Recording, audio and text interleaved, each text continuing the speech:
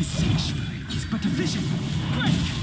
Hello and welcome to another build video for Honkai Star Rail. So I finally decided to build my Heng, and let me tell you this, his damage is just insane for a free-to-play character. Now I'm not sure if it's because he's of the hunt path and those characters are supposed to have an insanely good single target DPS, but his damage is almost on par with Sela if you build him right, and the slow debuff on his skill as well as the 50% fixed chance of increasing own speed by 20% makes him extremely strong as a DPS character. Now one thing about this unit is that unlike some other units where you just throw in a bunch of stuffs and slap a ton of offensive stats on them and use them to their full potential, if you want to use this unit most optimally, you need to know what you are doing, and hopefully this video is going to help you out with that. Now I'll try to explain all the things that I feel like you need to know and at the same time not make it too complicated. So first thing first, let's take a look at his kit. Basic attack, 80% of his attack as wind damage at level 4, the same as any other characters, boring. Let's move on. His technique is pretty good, but nothing too impressive. Now, his ultimate, Ethereal Dream, it deals an insane amount of damage because of the really huge damage multiplier. Now, I think all the hunt path characters have a really huge damage multiplier on their ultimate. So, Ethereal Dream deals wind damage equal to 320% of Heng's attack to a single enemy at level 6. So if the enemy is slowed, the ultimate's damage multiplier is further increased by 96%. Now, there are two ways to apply the slow debuff on the enemies. The first thing you can do is use an imaginary character, and given that we currently have only one, so if you have Wealth in your team, then you can skip some of the other steps. But if you do not have him, which I'm assuming you do not, just so I do not skip some of the important things in this video. So let's assume you do not have him. So here, Heng already has an inbuilt kit that will allow you to apply the slow debuff on the enemy. So the skill, Torrent, deals wind damage equal to 195% of his attack to a single enemy. Now on a crit hit, there's a 100% base chance to reduce the target speed by 12% for 2 turns.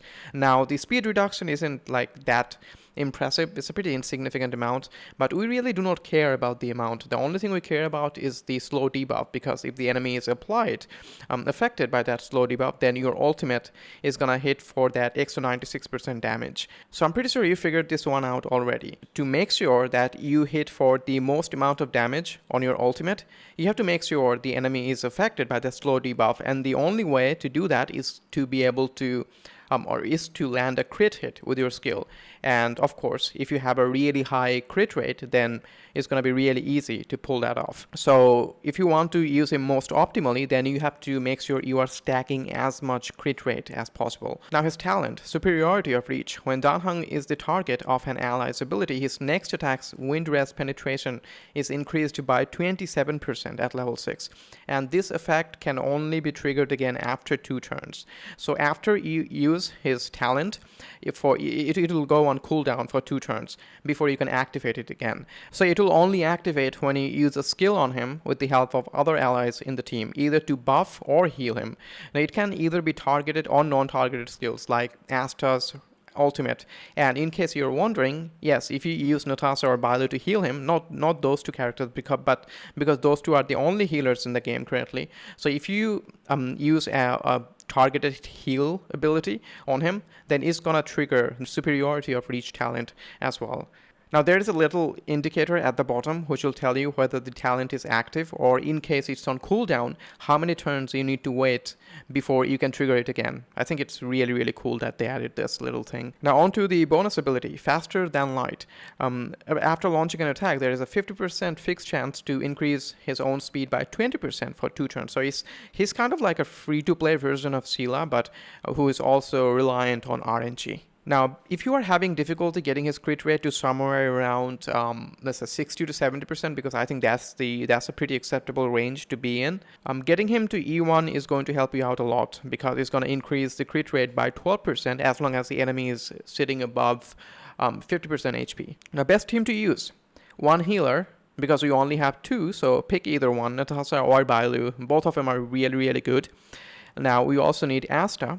and then either Tingguan or Pela. I think Pela is definitely better for the defense reduction and the buff removal. Now for the relics, you can go either 4 pieces of Eagle of Twilight or 2 pieces of Eagle and 2 Musketeer set.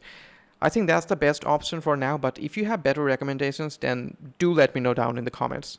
Now, as you can see on the screen, I'm using some random stuffs because I didn't get any good drops with the primary stats I want on the set pieces that I need, but I do hope your luck is better than mine. Now for the planetary ornament set, the same one as I use for my other builds, at least for the main DPS, a space sealing station with Fleet of the Ageless for my other characters. So anytime you drop Asta's ultimate, you get 48% bonus attack. And the speed bonus I think is gonna go really well with faster than light and the slow debuff on enemy from Torrent. And the best thing is, Asta's ultimate can proc both the passives from the ornament sets and superiority of reach. Now for the primary stats to focus on, definitely get the elemental damage boost on the sphere, and then for the other relics, focus on crit rate, then crit damage, attack percentage, and attack, all in descending order. Now if you get anything else as primary where you could get any of the 4s that I mentioned, just salvage them as those stats are going to be pretty much useless. Light Cone. The Sila one is the best choice as it gives you a significant amount of crit rate boost and also increases the damage of basic attack skill and the crit damage dealt by the ultimate. And given your crit rate will be pretty high, you are going to benefit a ton from this. And this is the light cone that I am using for my Dan Heng. Now 160 is the cap, so to get the most amount or the maximum amount of damage from this, whatever speed buff you are getting or whatever amount of speed bonus you are getting from Asta's ultimate, subtract that value from 160 and whatever you are left with, make sure your Dan Heng has at least that amount of speed. So as you can see, my Asta's ultimate at level 5 provides me with 41 speed boost. So 160 minus 41 is going to be how much? 119. So if your Dan Heng is sitting at least 119, given that, assuming that you also have Asta's ultimate at level 5, so you have to make sure your Dan Heng speed is at least at 119 to be able to get the maximum amount of damage from in the night light cone. Now if you do not have that light cone, only Silence Remains is the best choice as hit case relies heavily on landing a crit. And it also gives you a 16% bonus to your attack at superimposition 1.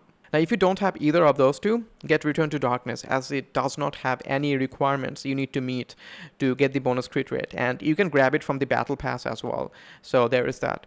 But I will rank it below only Silence Remains as it only has a 16% chance of removing a debuff, and it does not provide you with any extra bonus to your attack, so it's kinda underwhelming, at least at superimposition 1.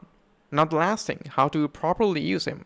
I saved it for the end because some of you might already be familiar with this, but for those of you who aren't, this is how you should use him to make sure you land your ultimate with the bonus damage multiplier and the wind res penetration, regardless of whatever other units you are using in your team.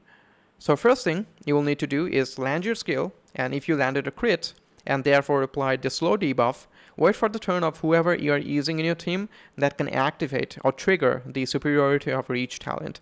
Use that character's skill or ultimate and then just drop Dan Heng's ultimate. Now do keep in mind, his wind res penetration only works for one attack, so do not waste it on basic attack or skill.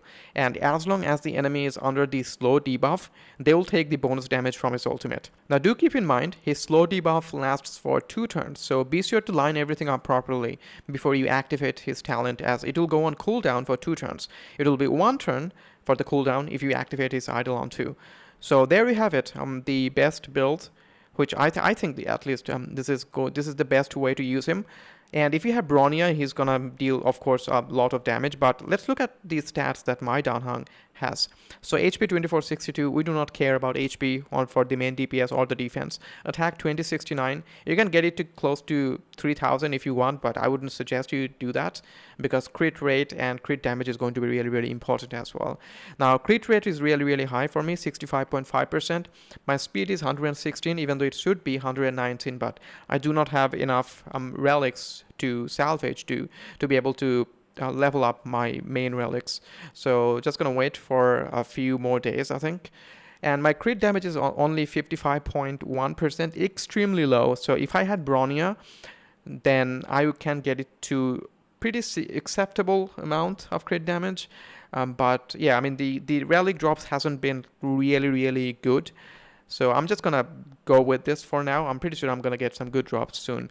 And Bronya, I'm not gonna be pulling for her now, because for the new banner that's coming, I'm pretty sure I'm gonna lose plenty of 50-50s. So there's that. So I hope you got something out of this video, and if you did, then do let me know by leaving a like. And if you want to see more content like this in the future, then you can subscribe if you want.